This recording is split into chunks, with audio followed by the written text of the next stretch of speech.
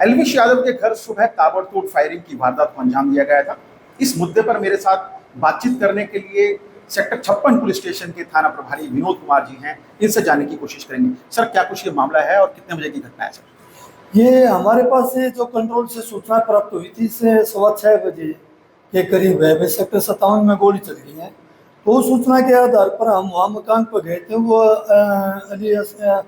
अविलास से उसका मकान था, यादव का मकान था। उस मकान पर हम पहुंचे। मकान पर वहाँ फोड़ पड़े हुए थे, तो हमने कवर कर दिया और सीनों को क्राइम टीम बुलाई वहाँ मौके पे और फिंगरप्रिंट एक्सपर्ट भी बुलाए और क्राइम टीम भी हमारी वहाँ मौके पर आई। तो सभी ने सर्च कर रहे हैं और सीसीटीवी कैमरे की फुटेज भी देखी। अच्छा सर, घटना के वक्त क्या एल्विश यादव घर पे मौजूद था?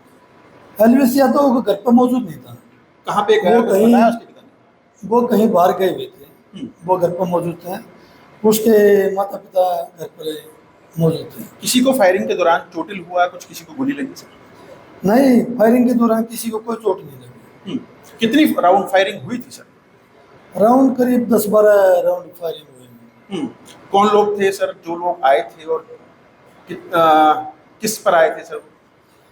एक मोटरसाइकिल पर आए हैं। 3 लड़के थे। उनकी उम्र होंगी करीब लगभग 20-22 साल के बीच में और मोटरसाइकिल पर थे। वो एक मोटरसाइकिल चला रहा था और 2 जने मोटरसाइकिल पे बैठे थे। जो मोटरसाइकिल पे जो पीछे बैठे थे उन्होंने उतर के उन्होंने ये मकान के ऊपर फायरिंग की है। क्या आरोपियों की पहचान हो पाई सर?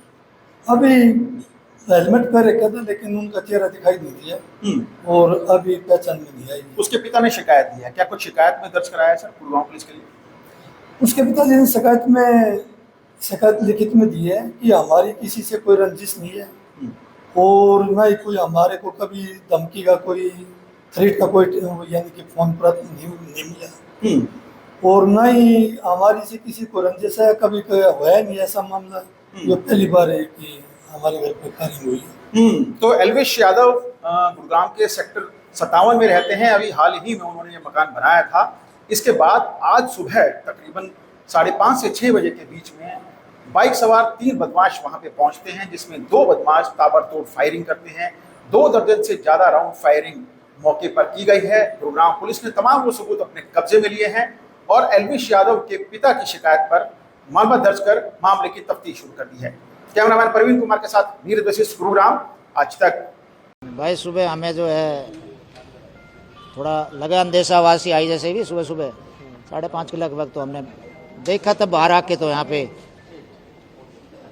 लगा कि गोलियाँ चली हुई। फिर हम सड़क पर निकले बाहर, जैसे पड़े हुआ था कुछ बाहर देखा तो खोल पड़े हुए थे। फिर तुरंत हमने सीसीटीवी देखा अपना, भाई क्या हुआ है, क्योंकि पता लगा कि 2 उसमें 2 या 3 2 तो है ही हैं, तीसरा इधर उधर दाएं बाएं खड़ा है। कोई मोटरसाइकिल पे आए हैं और भाई बाहर से करते आ रहे हो, सीसीटीवी में दिख रहा है। वो पुलिस ले गई है। हमने पुलिस को खबर कर दिया। शायद उन्होंने हो सकता है 20 राउंड भी हो, 25 भी हो, गिन तो नहीं पाए हम, लेकिन है ज़्यादा, 15 से ज़्यादा ही है।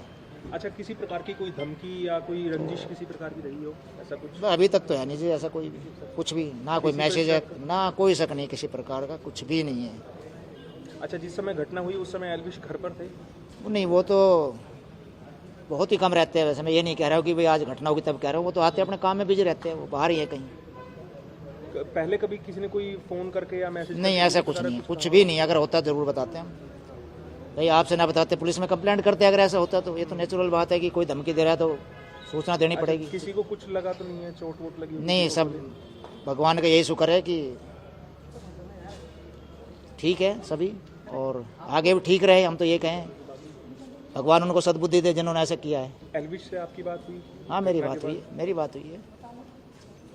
ठीक है, वो कह रहा है, वो तो बाहर काफ़ी दूर है, वो काम से, इसलिए मैं देख रहा हूँ यहाँ पे। जो कि यही था कि भाई पुलिस वालों को कहो, आप इन्फॉर्मेशन दे ही दी थी हमने। सारी टीमें आ गई, सारे अच्छी जांच कर रही है गुड़गांव पुलिस और कई टीमें आई थी, शायद मुझे तो पता नहीं कौन कौन सी थी, लेकिन अच्छा है वो सैंपल वगैरह लेगी है और ठीक ही हो जाएगा सब कुछ। तो सुरक्षा की मांग करते हैं कि सुरक्षा दी जाए? और देखो जी, मांग और इस चीज़ की तो ये तो एक नेचुरल सी बात है कि डर तो लग ही रहा है। देखते हैं अब जैसे जैसे आगे कार्रवाई बढ़ती है, प्रशासन क्या कहता है सरकार से, तो बाद की बातें हैं। ठीक है, थैंक यू।